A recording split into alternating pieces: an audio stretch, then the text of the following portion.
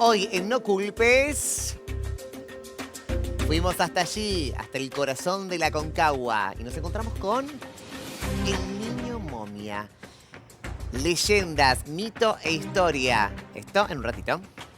Buenas noches, ¿cómo andan? Bienvenidos a un nuevo capítulo de No Culpes.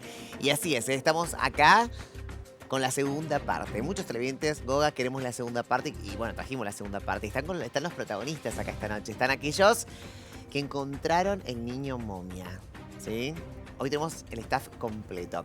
Y ya voy a recibir a Franco Pisolón. Franco, ¿cómo estás? Bien, ¿qué tal? Son muchos, me pierdo. No, está bien.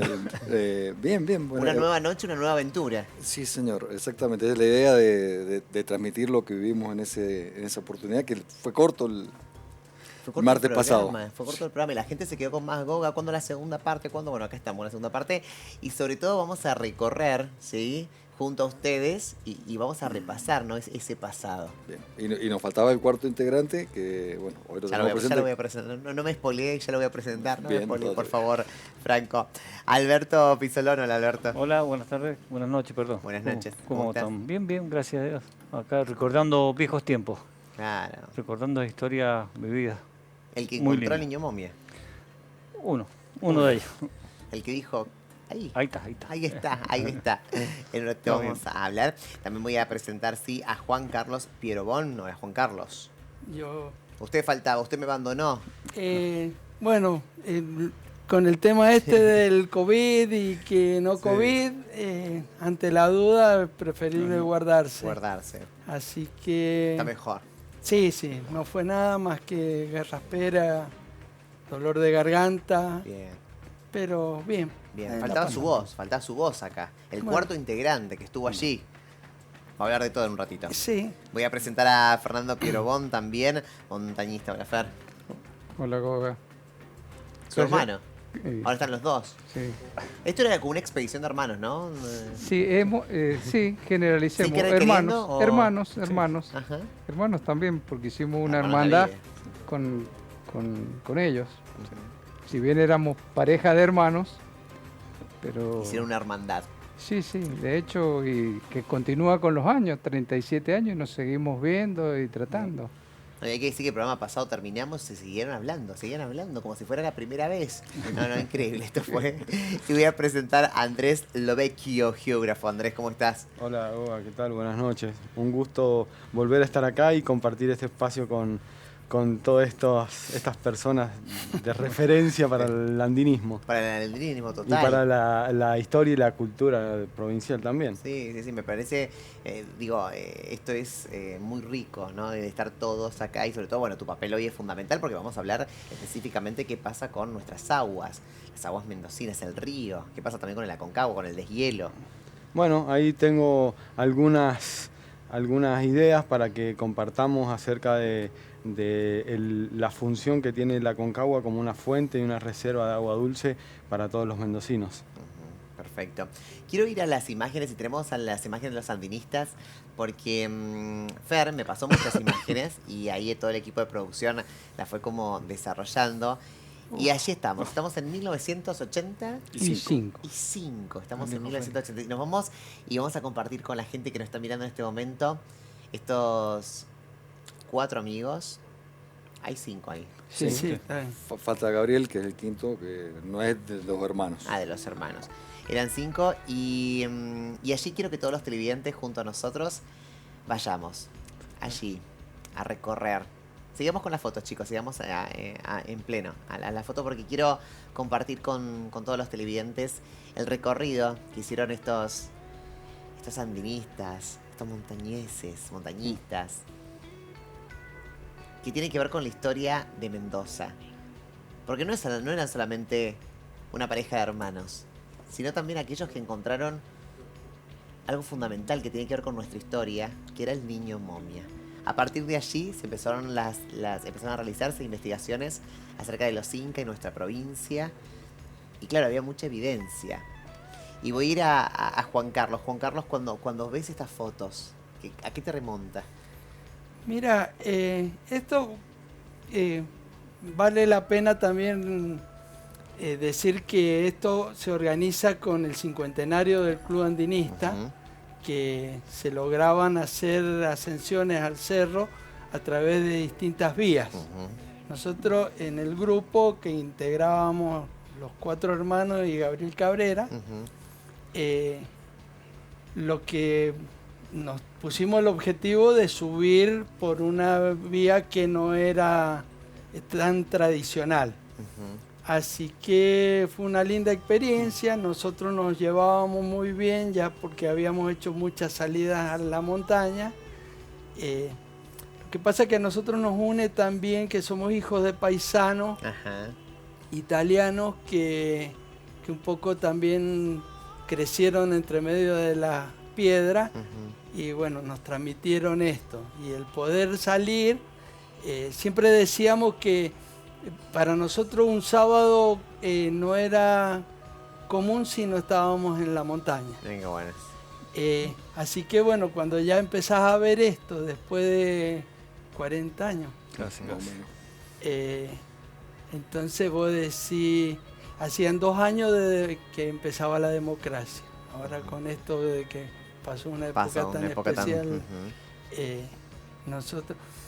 uno de los entrenamientos que salimos a sacar una foto por donde íbamos a meternos fue el domingo del plebiscito,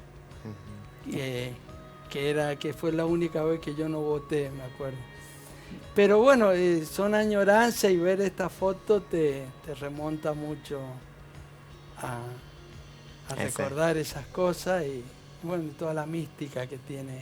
Toda la mística, y digo que importante, ¿no? La verdad es que queremos agradecerle a toda la gente que nos comunicó, que nos mandó su mensajito, diciendo qué lindo conocer a los protagonistas, qué lindo conocer a los protagonistas de esta leyenda. Una leyenda que, como dije el programa pasado, fue de boca en boca y que muchos no sabíamos quién había ido, quién había descubierto esto, y hoy los tenemos ustedes acá. Cuando hablan de la leyenda, cuando hablan de... ¿Qué te pasa vos, Juan Carlos? Mira... Fuiste protagonista de eso, de un hallazgo muy importante para nuestra provincia. Nos toca siempre expresarnos y dar eso que la misma pregunta que nos hace, nos la ha hecho todo el mundo. Es más, en mi caso con mi señora que es docente, más de una oportunidad siempre tuve que ir a los cursos, a los grados, y realmente te das cuenta que es un atractivo, y sobre todo los niños que se cuestionan y se preguntan cómo era eso del indio, y el sacrificio. Y del niño en la montaña, y es muy atractivo. Y lo que siempre yo he valorado, que el niño va más a la cuestión de la esencia. En cambio, las personas más grandes van por el oro, por los ajuares, y por qué no se lo quedaron. De los niños jamás nadie me preguntó nada. Se lo dejaron, dónde está, qué lo quisieron. Y sin embargo los grandes un poco como que no...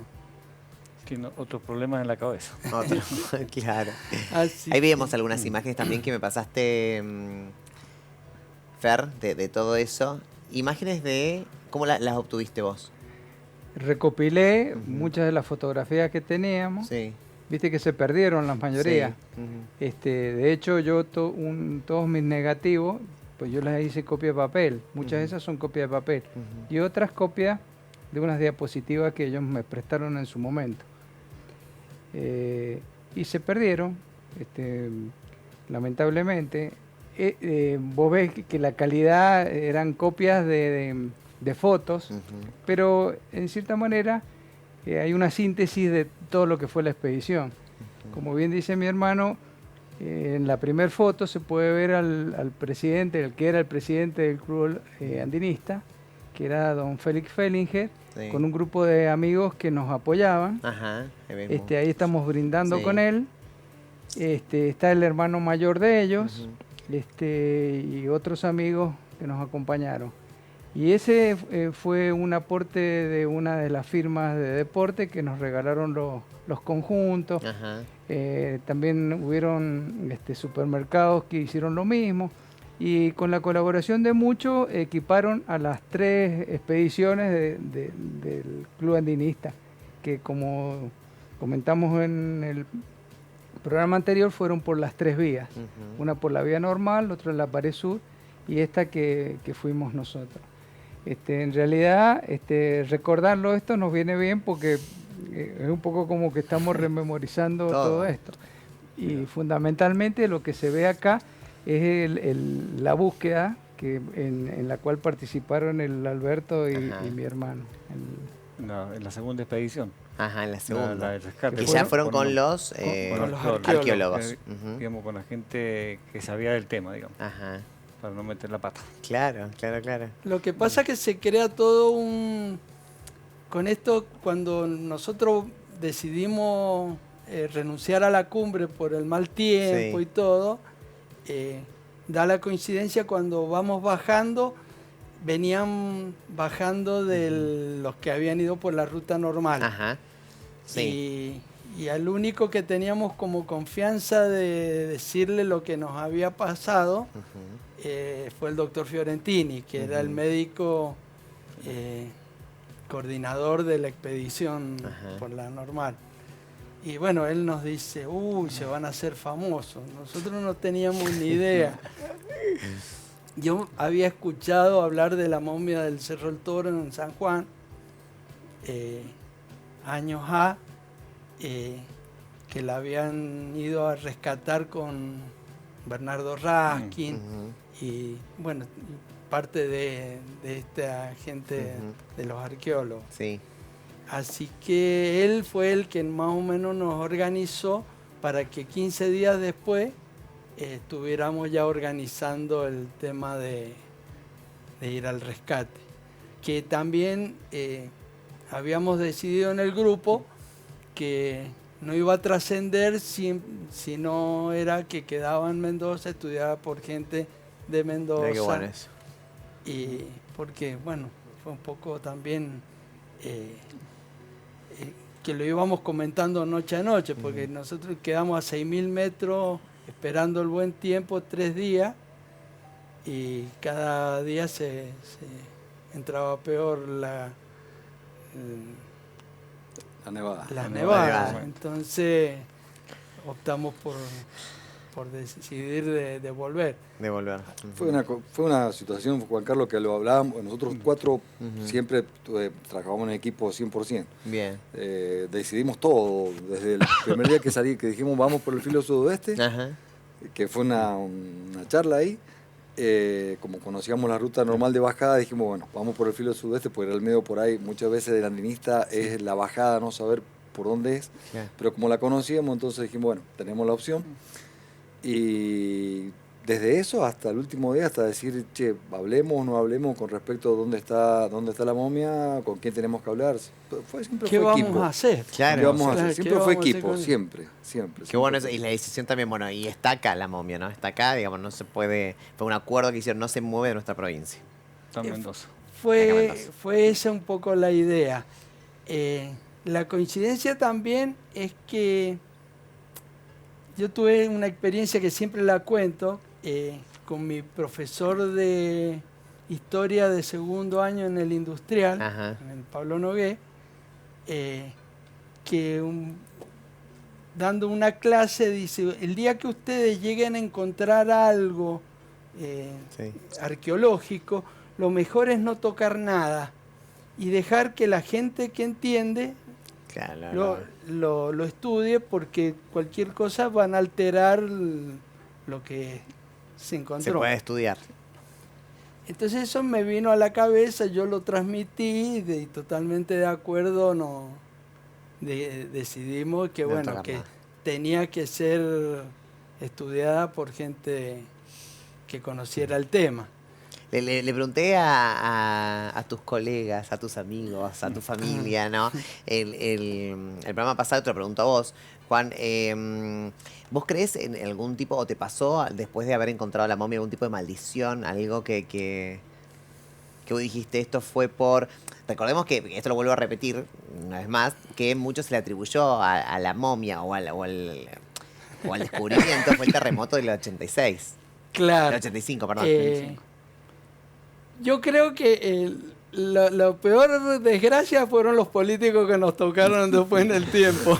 Porque con esto que 2 años que recién llevábamos de democracia y ver ahora en cómo nos están llevando, yo creo que pasa por ahí. No, para nada así de...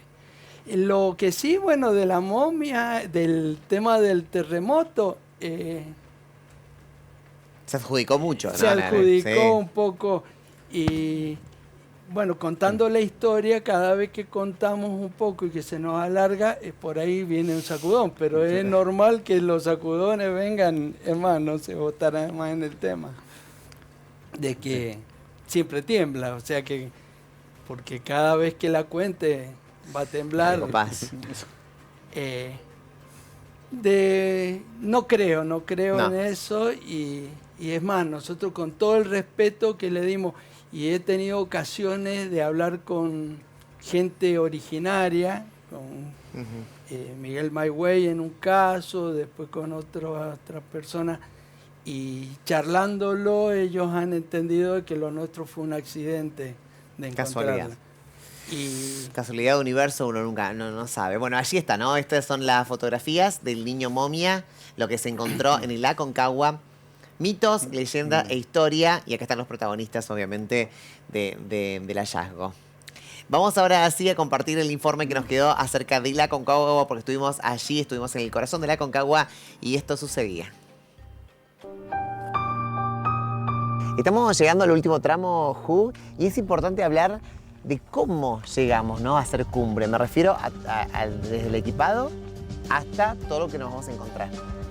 Bien, sí. Lo que sucede es que en la montaña encontramos con que hay muchas adversidades con respecto al clima. En la montaña tenés viento, nieve, entonces tenemos que estar preparados justamente, o preparar nuestro equipo justamente para contrarrestar esa adversidad.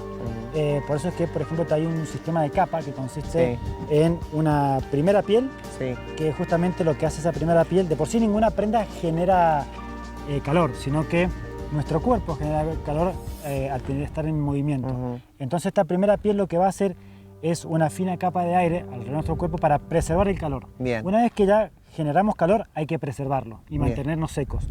Eso va a ser la primera piel. La segunda piel lo que va a hacer son todas prendas polares, la segunda. Entonces nos ayuda a abrigarnos. Y la tercera piel es justamente la que es una prenda impermeable que, digamos, no va a permitir que si hay viento nos pegue fuerte o nos provoque un descenso de temperatura. Y si nieva, bueno, que no nos mojemos. Bien, porque estamos hablando de temperaturas, ¿qué grados? O sea, temperaturas muy bajas. Por ejemplo, tenemos, depende en qué campamento esté también, pero por lo general estamos hablando de menos 30, menos 20 grados bajo cero.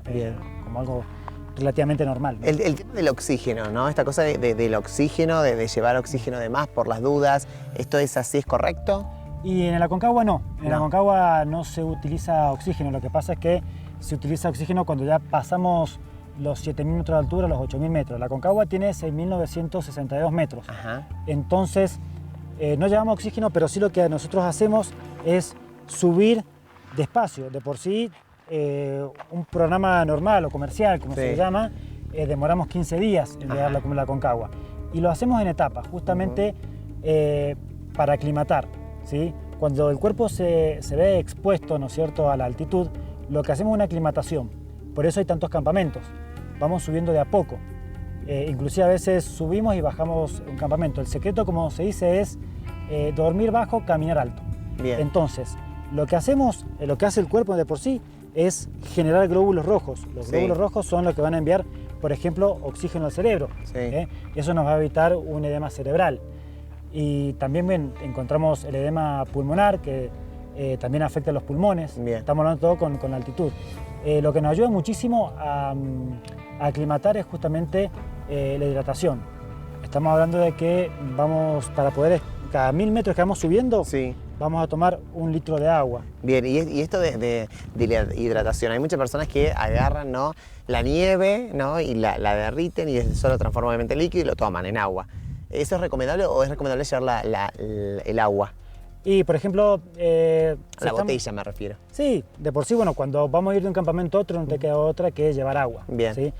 Si estás en un campamento como por ejemplo Confluencia, Plaza de Mula, el agua sale del río. Pero ya cuando, por ejemplo, dejamos Plaza de Mula y nos vamos a Canadá, a Nido de Cóndor o a Cólera, no tenemos ahí un arroyo. Entonces lo que hacemos justamente es buscar nieve, la fundimos y esa agua, ¿no es cierto?, que proviene de la nieve, no tiene ninguna propiedad. Entonces lo que hacemos es agregarle sales hidratantes o sopa, jugo, ¿no es cierto?, algo que pueda ingresar a la sangre. Bien, y el tema de la comida y la alimentación, ¿no? Es importante esto, de cómo nos alimentamos, qué tipo de comidas llevamos. Y, por ejemplo, hoy en día en los servicios de campamento encontramos con que hay alimentos, es decir, es como un restaurante hoy en día. ¿Bien? Pero si, por ejemplo, nos vamos a enfrentar a una montaña donde no hay una logística, donde no es una montaña que, como quien dice, estaba domesticada, lo que llamamos mucho es, por ejemplo, comida enlatada o fideos, arroz, ¿no es cierto? Quizás los primeros días puedas llevar algo que sea fuera de lo común, pero ya después son cosas que van dentro de la mochila, genera peso, entonces, bueno, vamos a distribuir justamente, se planifica todo lo que es cuántos desayunos vas a tener, cuántas cenas, cuántos almuerzos, las comidas de marcha, entonces, bueno, lo vas fraccionando bien, cuestión de no hacer una mochila muy pesada. Bien, el tema de la mochila, el tema del bastón, fundamental, ¿no?, para hacer este tipo de Sí, son herramientas fundamentales para caminar, sí, un buen calzado, bastones y una mochila, ¿no es cierto?, que te ayuda a hacer las cosas un poco más livianas. En el caso de la Aconcagua, por ejemplo, con respecto a los pesos, hay porteadores y hay mulas. Las mulas te van a llevar la carga, cosa que vos no puedas cargar, te la van a llevar las mulas y las mulas llegan hasta Plaza de Mula. Desde Plaza de Mula ya después vienen los campamentos de altura. Entonces de ahí en más, si hay cosas que vos no puedes llevar, te lo van a llevar los porteadores, que los porteadores son chicos muy fuertes, muy preparados, ¿no es cierto?, que van a llevar todo el peso extra que vos no puedas cargar, ¿sí? Entonces estamos hablando que un porteador puede llevar hasta 40 kilos, una mula puede llevar hasta 60 kilos. Entonces ellos te llevan inclusive lo que es la comida, el equipo, arman las carpas a veces, y inclusive a veces hasta funden nieve, cuestión de que cuando llega la persona se encuentra con el campamento armado, con sus cosas y con el agua ya fundida. Perfecto. Y nos queda, ¿no?, esta cosa de que cuando uno está acá, estamos en el corazón, que le decimos a la gente que estamos en el corazón de la Aconcagua, estamos subiendo, y la verdad que hay mucha diferencia, tanto en el aire, ¿no?, como en la densidad. Me imagino mucho más arriba, donde también te golpeas de una u otra manera con la soledad. Sí, ahí es un tema que, bueno, la Aconcagua es un cerro que un poco como que te destruye psicológicamente porque es muy alto, sí, pasás muchos días subiendo, entonces las emociones a veces te pueden jugar una mala pasada. Como que acá hay otro tipo de frecuencia energética, entonces a veces las emociones o todo lo que vengamos trayendo nos pega mucho más fuerte.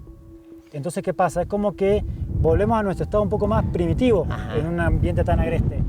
Entonces, a veces sí, a veces hay gente que se pega la vuelta porque extraña a la familia o porque se siente muy solo. Entonces, sí, hay que estar muy fuerte psicológicamente muchas veces para poder permanecer y completar un objetivo tan alto y tan grande como la Aconcagua. Y emocionalmente, ¿no? Sí, las emociones son muy fuertes acá. La verdad que como yo digo, siempre te pega el doble. Te pega el doble con respecto a lo emocional. Ju, estamos preparados para el último tramo y allí vamos.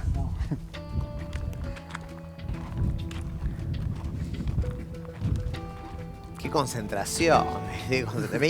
Me iba ahí con un beso a Julio Mas, nuestro guía de montaña, que nos acompañó, que nos asesoró. Y anoté varias cosas, ¿no? Y quiero llevarlos a ustedes allí, ¿no? Era la ropa, con respecto a la ropa. ¿Era lo mismo que 37 años atrás? No, parece 85. Ellos decían que te usaba una de piel, ahora sí, es una de piel, bueno, otra. Sí, en ese aspecto manteníamos el código de la multicapa, de vestirse con capas tipo cebolla, pero no eran los equipos de hoy. Claro. Ni hablar de porteadores, o sea, éramos más autosuficientes. Todas las medias de lana que podíamos conseguir y poder apelmazar, Iban ahí en el... porque en esa época, no sé, creo que todavía están la marca Dustin, Sí, que eran sí. los Sí, mitones. lana merino. Vos lo lograbas haciendo con bañado, lavarla con agua fría, agua caliente, agua fría, agua caliente, se apelmaza la lana y eso te permite que sea impermeable y no deje pasar el aire. Entonces la lana mojada te abriga, a diferencia de otra. No sabía. La lana mojada. La lana mojada te abriga. Sí, porque ahí hay un detalle. La lana normalmente tiene una sustancia que se llama lanolina, que es un aceite, que mientras lo conserva, responde a esas propiedades. Y a eso le suma esa técnica de mojarla y calentarla y enfriarla, y hacía lo que el Batán de Tejeda hacía con las ropas que San Martín equipó a la tropa. Ajá. El hecho de trabajar el tejido para que sea a la vez impermeable y que no absorba el agua. Es decir, en realidad el agua tiene que permanecer afuera del tejido. Porque el agua, ¿qué es lo que pasa con el agua en lo que hace a las vestimentas? Una de las formas de perder calor es a través de la conducción. Entonces la ropa mojada, a través de los poros con agua, perdés calor. Entonces lo que tenés que tratar es que esos espacios tengan aire. Tienen aire, mirá vos, mirá vos. Vamos hablando un poco de agua y hablando un poco, me voy a meter ya con el geógrafo, ¿no? Especialista, porque nos mandó alguna fotito que la tenemos en pantalla de estadísticas, chicos, cuando ustedes quieran. Tenemos estadísticas de Río Cuevas, estadística de Río Mendoza y estadística de Vaca. Un poco para que nos cuentes un poco qué pasa con nuestros ríos, qué pasa con el río allí en el Aconcagua. Bueno, en realidad lo primero que quiero decir es que los caudales de los ríos andinos, particularmente de Mendoza, de San Juan y más al norte también, pero me voy a centrar en lo que son los Andes de Mendoza. El origen de nuestros caudales o la fuente de agua está en las precipitaciones nivias, fundamentalmente, precipitación de nieve. Y en un segundo lugar, por la fusión de los glaciares, por la ablación en general, que son todos los procesos por los cuales el glaciar pierde masa. Bien. En años normales, más del 80% de los caudales dependen de las precipitaciones nivias. Pero en años de sequía, son los glaciares los que nos están aportando los caudales de base. Entonces es ahí que por eso tenemos una ley nacional de glaciares que justamente lo que hace es considerarlos como recursos estratégicos, como fuentes y reservas de agua dulce para las generaciones venideras. ¿Qué quiero decir con esto?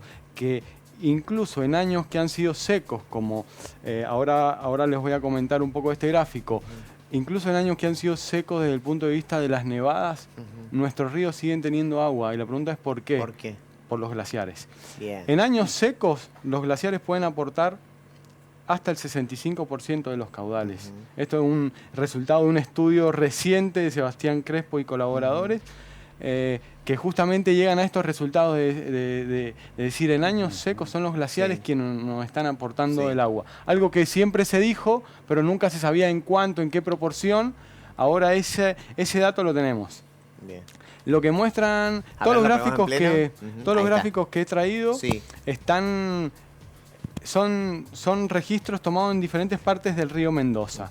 En este caso, el río Las Cuevas, que en el río Las Cuevas vierte sus aguas, el río Orcones, por ejemplo, que el río Orcones es por donde acá la expedición ingresó a la Aconcagua, es uno de los ingresos a la Aconcagua. Entonces me pareció interesante traer este gráfico del río Las Cuevas, y lo que nos está mostrando, de alguna manera, cada una de las barras representa un valor de caudal del río cada año. Bien. Pero ese valor de caudal que está representando está en función del valor medio histórico. Es decir, si nosotros tomamos todos los registros que tenemos de caudales y obtenemos un valor histórico, vamos a comparar cada año respecto de ese valor histórico. todo lo que está por encima de la línea negra está indicando que esos años fueron húmedos o hubo un superávit de agua, de caudales, y todo lo que está por debajo de la línea está indicando que hubo un déficit o sequía. Lo primero que quiero decir, y que quiero reforzar lo que les comenté la otra vez, es que los chicos en el momento que ellos ingresan están en un momento de relativa humedad, sin embargo, todos los años anteriores, fíjense, hasta la década del 40, es un periodo de sequía. ¿Qué quiero decir? Es un momento donde no estaba nevando, donde los glaciares se estaban derritiendo, por lo cual empiezan a aflorar todos estos registros arqueológicos. ¿Se acuerdan de lo que hablábamos la otra vez? En un contexto de sequía es que se da, que eso puede contribuir a este hallazgo. Y otra cosa que quiero marcar, que también les comentaba la otra vez, es que a partir del 2010, el río Las Cuevas un poquito antes, pero a partir del 2010 entramos en una fase de sequía hidrológica que se conoce, que es decir, los caudales por debajo del promedio histórico. Entonces, esto es lo que ha sido conocido como la mega sequía en términos científicos. Se está hablando en los Andes de mega sequía. Este gráfico es del río Mendoza, la estación de Ido, un poco antes de llegar a Potrerillos, y justamente nos está marcando la misma situación. A partir del 2009 en adelante, una fase de sequía que hasta el día de hoy continúa. No es casualidad que desde el 2010 la provincia de Mendoza haya declarado la emergencia hídrica, ¿no? Y todo este tema de, bueno, cómo se gestiona el agua, para qué la estamos usando, de alguna manera, todos estos mensajes que se difunden en función del consumo de agua. Uno con todo dicho se pone a pensar hasta cuándo vamos a tener agua, ¿no? ¿Hay una respuesta hacia esa pregunta? En eso se está trabajando. En eso se está trabajando, ¿por qué? Porque mínimamente incluye dos variables: las precipitaciones nivias y qué volumen tenemos de agua. Supongamos que las precipitaciones nivias siguieran la tendencia actual y tendieran a disminuir. Hoy las precipitaciones nivias están reduciéndose cada vez más, al punto de que en Vallecitos teníamos un centro de esquí, que hoy pensar en un centro de esquí en Vallecitos es obsoleto, o sea, es ilógico pensarlo, y está toda la infraestructura abandonada. El mismo penitente. El mismo penitente, que año sí, año no, un momentito, están esperando la nevada, cada vez más en Las Leñas está pasando algo similar. ¿Qué quiero decir? Las nevadas se están reduciendo. Ahora, lo que tenemos que también saber, y es lo que estamos trabajando, y es justamente en lo que también necesitamos seguir haciendo el esfuerzo, es en conocer qué volumen de hielo tenemos en la cordillera. Y eso ya no es tan fácil de saberlo, porque hacen falta técnicas geofísicas que nos permiten de alguna manera escanear el hielo y poder estimar volúmenes. En eso se está trabajando. En eso se está trabajando. Perfecto. Vamos a compartir el próximo informe especial luego de saber este contexto en el que estamos viviendo acerca del río, de nuestros ríos. Informe especial.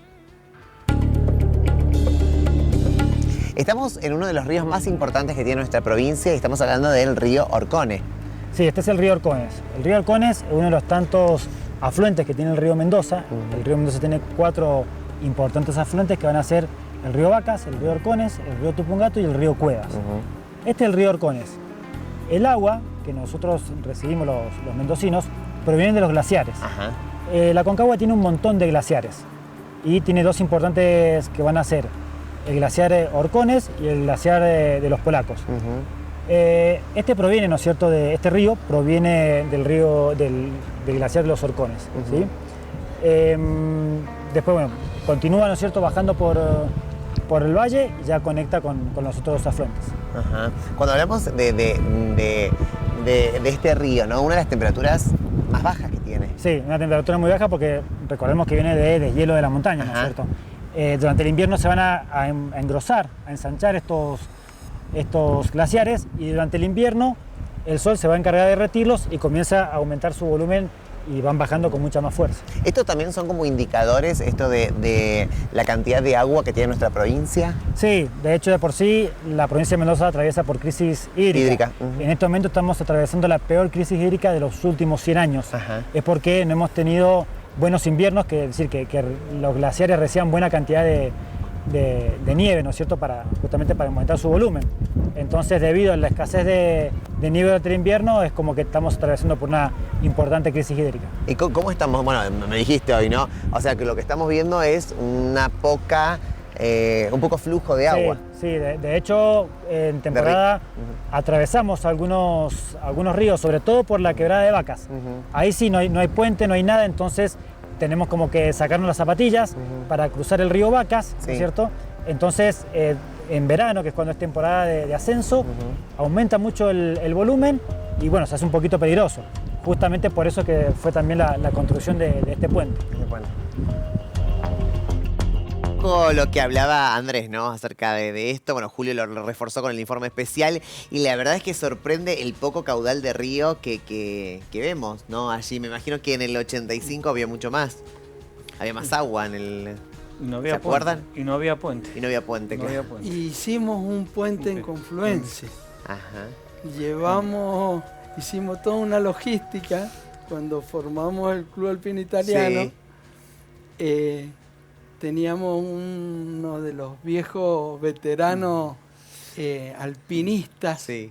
de la colectividad italiana, nos cedió una viga estructural que la llevamos en 2 tramos y terminamos haciendo toda esa logística para armar una pasarela en lo que era el río Orcones superior.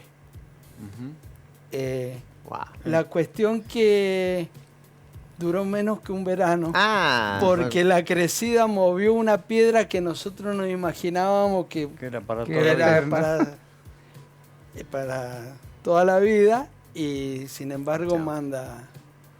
Y bueno, era todo un tema cruzar el río, y sobre todo el río Orcones inferior, cuando se junta con el superior. ¿Cuál es, el inferior o el superior? El que mostraban bueno, están unidos. Están unidos. Por eso se llama confluencia. Por eso es confluencia. Ajá. El Orcones superior viene de Plaza de Mula, que recibe de los glaciares del Cuerno y el Manso y todo eso. Y el Orcones inferior es el que trae de la Pared Sur, que creo que es el más caudaloso. Sí. En realidad hay una variación que también está relacionado con procesos. El glaciar Orcones inferior es un glaciar que lo están estudiando muchas personas, pues tiene un comportamiento que es un glaciar galopante en español, que quiere decir que es un glaciar que está en un estado de reposo, pareciera, y hay ciertos eventos que gatillan un avance repentino. Esos avances repentinos significan un desplazamiento de masa glaciar, que eso naturalmente, esa masa glaciar queda a disposición para que se funda. Eso puede generar crecidas. Claro. Si vemos el gráfico que teníamos... A ver, ¿cuál de todos?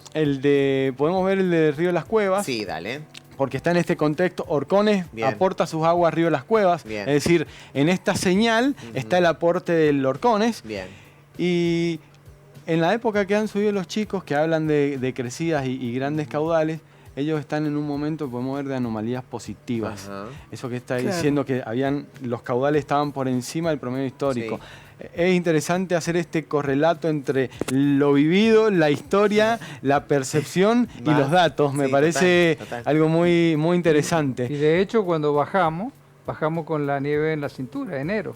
En enero bajamos con la nieve en la cintura. Como ahora. En enero.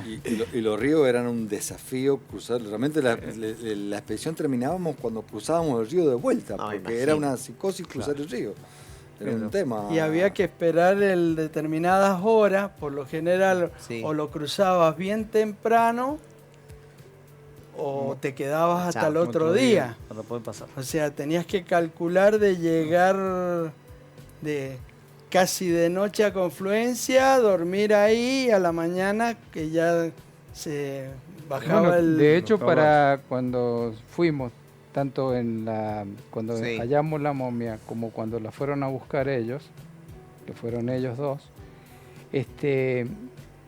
cruzamos por un río que se formaba un puente, cruzamos el río por un puente, de nieve que se formaba todos los años, y a veces permanecía hasta entrado el verano, ¿no? Casi. Mirá vos. Sí. Ese puente estaba muy cerquita de Lo que es el puente de ahora Laguna de- Orcones. De Orcones. Ah. Vamos a la última parte del informe especial. Quiero ver si hicieron, a ustedes les digo, a ustedes 4 pillones, le iba a decir, ¿viste? Término antiguo me salió, ¿viste? Pillones. No lo utilizaron acá. Parece que metí la pata. Vamos al último informe especial, sí, porque quiero ver si lo hicieron o no, porque yo lo hice. Le pedí permiso a la Pachamama. Vamos a ver después del informe si ellos lo hicieron o no. Informe especial, el último. Estamos cruzando el río Orcones, última parada, el puente Orcones también. Contanos un poquito la historia, Ju. Bueno, las expediciones que se dirigían, ¿no es cierto?, hacia Plaza de Mulas para poder ascender la Concagua, Sí. ellos cuando llegaban a la orilla del río tenían Sí. que vadear algún sector hasta poder encontrar un paso seguro Ajá. para conectar con el sendero. Ya después, cuando se comenzó a filmar la película 7 años en el Tíbet, se construyó este puente justamente para agilizar la logística de la producción de la película. Ajá. ¿Y por qué hasta acá nada más se puede llegar, digamos, en temporada baja? Porque el personal mínimo de Dirección de Recursos Sí. disminuye justamente la cantidad de guardaparques que patrullan, ¿no es cierto?, los senderos. Sí. Recordamos que estamos en una temporada baja, ya después de marzo es temporada baja, reduce el personal Sí. y hasta forma segura, ¿no es cierto?, que nos brinda los guardaparques es hasta este lugar. Ya después, desde este puente hasta Plaza de Mulas ya no hay patrullaje, ¿no es cierto?, de guardaparques. Bueno, quiero que nos cuentes, Ju, pero voy a agarrar una piedra acá. Porque agarrar una piedra significa también, me vas a contar ahora, pedir permiso a nuestra Pachamama, ¿no? Es un lugar místico, es un lugar histórico, con leyendas, con mucha historia. Y acá lo que vemos a nuestra izquierda, ¿no?, tiene que ver con una pirámide de piedras. ¿Por qué? Contame. Bien, esta es una pirca, un grupo de piedras, ¿no es cierto?, que justamente lo que tenés en la mano vendría a ser como una llave, Sí, ¿no es cierto?, para poder ingresar a la montaña en forma segura. Entonces, sí. todos los montañistas que queremos subir una montaña, Sí. nos recomienda pedirle permiso a la montaña para poder subir de forma segura. Ajá. ¿Y esto cómo sería? ¿Me arrodillo? No, ¿No? solamente dejas la piedra. ¿Sí? ¿Puedo arrodillarme por una cuestión propia? Sí, si es quiero? muy personal, es Bien. muy personal, así que Bien. ¿La podés dejo en un lugar, en arrodillarte cualquier lugar? en cualquier lugar, donde vos quieras. Bien. Y acá a tu qué digo? manera, a tu forma, le pedís permiso a la montaña para que justamente vayas y vuelvas en forma segura. Permiso Pachamama para visitar este lugar tan maravilloso que nos diste, para que puedas protegerme la ida y la vuelta.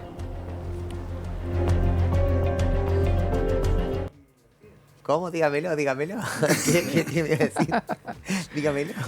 No, que uno tiene una vinculación con Sí, con la sí. madre tierra. Sí, total. Porque en definitiva nosotros somos parte de la creación. Y bueno, el hecho de estar ahí en la montaña, la magia que tiene ser montañés es que vos estás ahí y ahora. Esa es la clave. Y hay cosas que te nacen, hay cosas que a mí me nació, estábamos hablando fuera de cámara y me dicen si te nació, y le digo, sí, me nació hacer eso, o sea, pedirle permiso a la Pachamama porque sentía que es un territorio que no era mío, o sea, que es algo, y que realmente cuando uno va por ahí, por más que sea cortito el camino y por más que sea, es un camino donde te puede pasar un montón de cosas y por eso, bueno, creí necesario pedirle permiso a la Pachamama. En el 85, ¿se hablaba de esto? ¿De pedirle permiso a la Pachamama?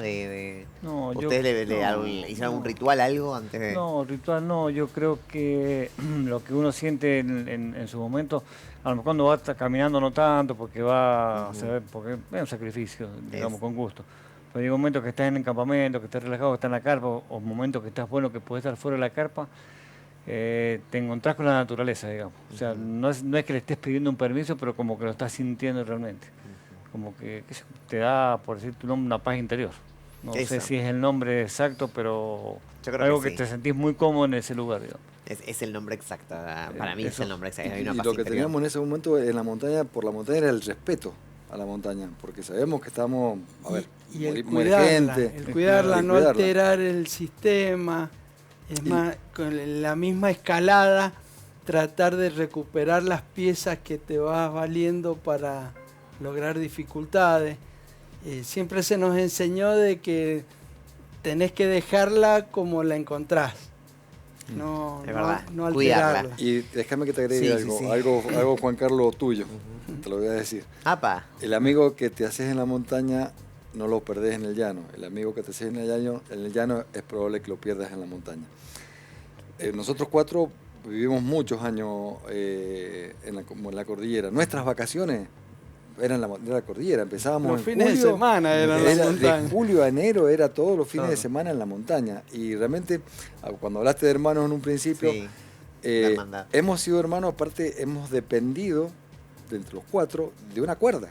O sea, Ahí está la él foto estaba esa. colgado de una Ahí se ve cuerda la que yo foto, mira. sostenía o al revés. O sea, estaba su vida colgada de una cuerda mía. Hemos sido muy hermanos realmente. Qué muy lindo eso, qué lindo eso. Y les quiero agradecer a todos por estos 2 programas, porque nos hicieron revivir un poco ese encuentro en la montaña, nos llevaron a todos los mendocinos a ese lugar, a esa época, a ese encuentro. Así que les quiero agradecer a todos de verdad por estar esta noche acá. Y sin ningún lugar, ustedes van a quedar en la historia de Mendoza. Y se lo digo a los 4, van a quedar en la historia de Mendoza. Y es muy importante eso, porque uno a veces dice, bueno, ¿qué huella dejé en este mundo? Y dejaron una huella importante.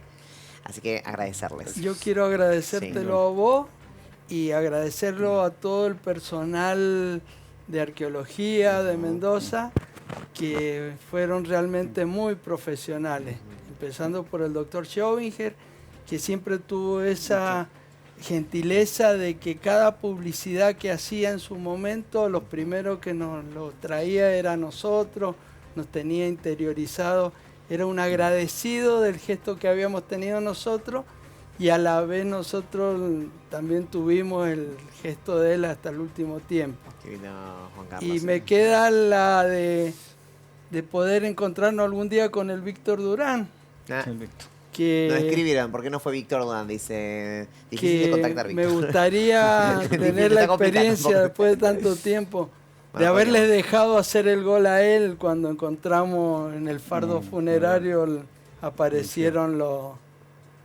las estatuitas. Bueno, vamos a hacer un programa, vamos a hacer un programa de encuentros.